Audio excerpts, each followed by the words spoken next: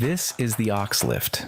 To install your platform lifter, decide where you want to use it. Make sure to have enough room to do so. The Auxx Lift comes in 4 different sizes: 3x6, 3x8, 4x6, and 4x8, and is supported by 2 60-inch long strut channels. Tools you will need are a regular Phillips screwdriver, a small slotted screwdriver, a 3/16 and 3/32 inch Allen key, 10, 11, and 18 mm wrench or their SAE equivalent, a 7/16 inch hex nut, a 1/8 and 3/16 inch drill bit plus the drill, a measuring tape, pencil, and a level. It's nice to have a stud finder and laser, which will make the installation easier.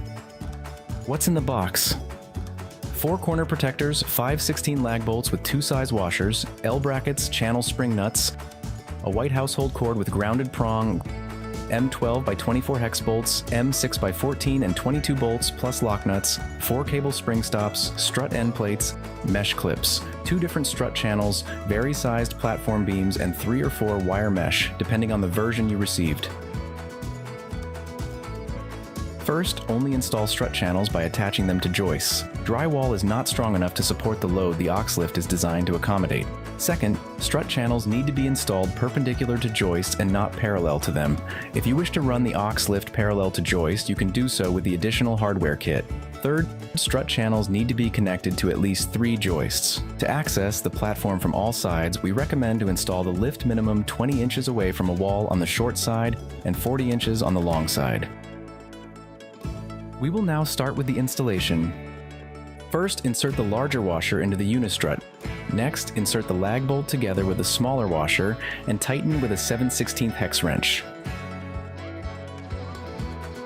Verify layout. Check the distance between strut channels. Also, verify the diagonal distance between channels to ensure they are square. Both distances should be equal. Install 3 grommets at the center of the strut channel. This side should be pointing away from the lift. This is where the controller will be connected.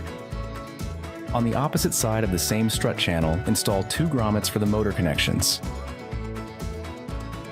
Mark the center of both strut channels. Then, based on your lift size and motor weight capacity, measure and mark the distances from the center of the lift to the left and right. These marks will indicate where to align the L brackets. Install 2 L brackets with a channel spring nut and washer on the strut channel that is opposite the side where the controller is installed. Attach the L bracket to the end of each motor where the cable sticks out and secure it with a pin. Next, slide a washer onto the M12 by 24 bolt and secure it to the L bracket with a channel spring nut. Slide the end of the motor onto the pre-installed L bracket and secure with a pin. On the opposite side, insert the channel spring nut into the strut channel and tighten the bolt with a 23/32 inch wrench. We are now ready to wire the motors to the controller. Remove the plastic sheathing from both motors and cut off only the center red and green zip tie. Unwind the wire rope up to the zip tie attached on both ends. Do not cut these zip ties until later. Feed the black cable through the previously installed grommet. Line up the controller's holes with the center grommets. Use a 1/8 bit to drill 4 pilot holes. Next, remove the controller and re-drill the pilot holes with a 3/16 bit. Hammer in 4 anchors into your ceiling. Now, secure the controller with the 1 1/8 long screws. Feed the cable from the green and red zip-tied motor through the grommet per the diagram into the controller box. Slide the PG grommet onto the power cable and insert it into one of the 2 outer smaller holes. Ideally, choose the one that is closer to your outlet. Slide the cable to position 2 into the controller. Next, we will be wiring the left motor marked with a green zip tie. Insert the red, black, white, and green cable per the diagram, and secure and tighten cables with a slotted screwdriver. Insert it into the center slot. Do the same for the power cable per the diagram. Finally, do the right motor, marked with a red zip tie. Follow the wiring per the diagram.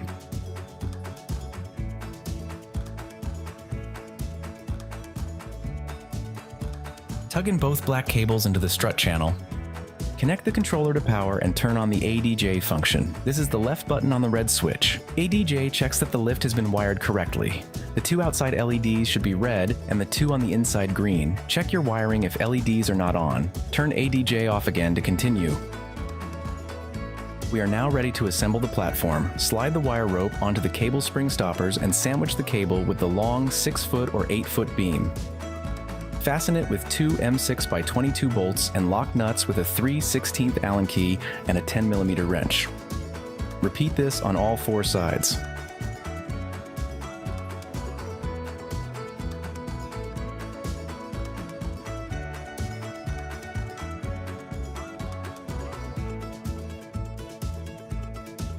Next, we will be installing the interior support cross beams. Line up the support beam with the holes in the long beams. Secure them with M6 by 14 bolts and lock nuts with a 3/16 Allen key and a 10mm wrench. Make sure all cross beams are facing in the same direction. The corner guards are installed in a similar way. First, attach the corner guard to the long side using M6 by 14 bolts and lock nuts. Then slide the end beam onto the corner guard. Each side of the end beam has 2 prongs. The prong closer to the edge is the bottom side. Use a 3/16 Allen key and 10mm wrench to tighten the bolts. We will now level the long sides. Place a level at the center of the beam. Go to the higher side and apply pressure on the beam while nudging the cable with your other hand until the beam is level. Repeat this on the other side. Cut and remove the outer cable ties on both motors. Press 1 on the remote to bring the lift up as high as possible. We will now program the ceiling stop points. Insert the included adjustment tool in the insert pocket of the motor and rotate until the lift is at the desired ceiling position, usually 24 inches from the top. Repeat on the left side. Remember to use the inside pocket and rotate clockwise to bring the lift up until level.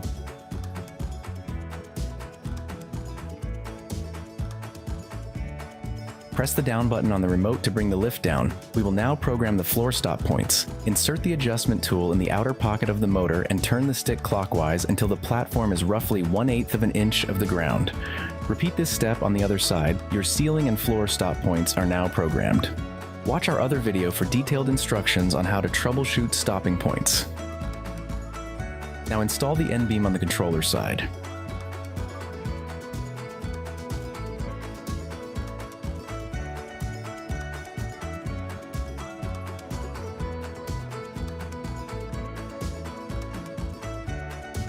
Next, attach the mesh clips onto the support beams. Place them roughly 2 inches from each side.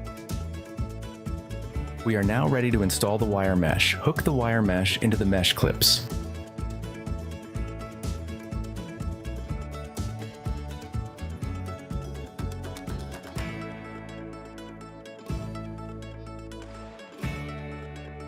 Cut the strut cover to your desired length and attach it to the strut channel.